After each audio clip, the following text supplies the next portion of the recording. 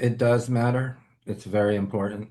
Um, because then you realize that each other are entering in the marriage for the same reasons. But let me share with you when it doesn't matter. There are Mm, times it's when your spouse has a lot more money than you. Do not sign the prenup, right? Unless yeah, it's an insistence. I mean, be careful what you wish for. But the other time is really when you both come into the financial situation pretty much at the same level financially. yeah, And now you're working together to build your empire. And yeah. how do you articulate what is yours, what is not yours if you pretty much have the same financial wealth or within $100,000 of each other, and your ability to earn a living is approximately the same.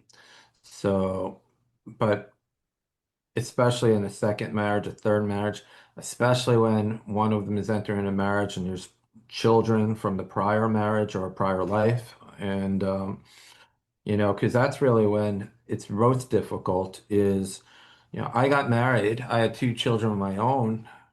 Then I got married to someone who had four children. We were like a modern day Brady Bunch, right?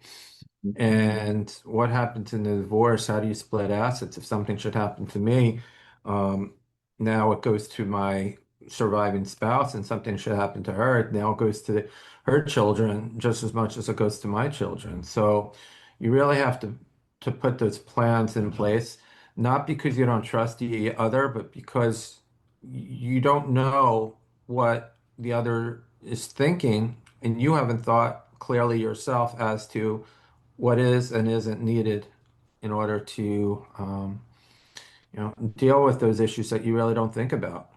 It's not just divorce. No, no, that we had a situation in our family where someone was kind of like, they had separated and were living apart, and she's kind of like, oh, maybe we should get a divorce, and some of the family was kind of like, well, that may not make financial sense. Do you guys need to get divorced, or are you just happy living your separate lives and you guys are old and one of you will pass soon enough and all this type of thing?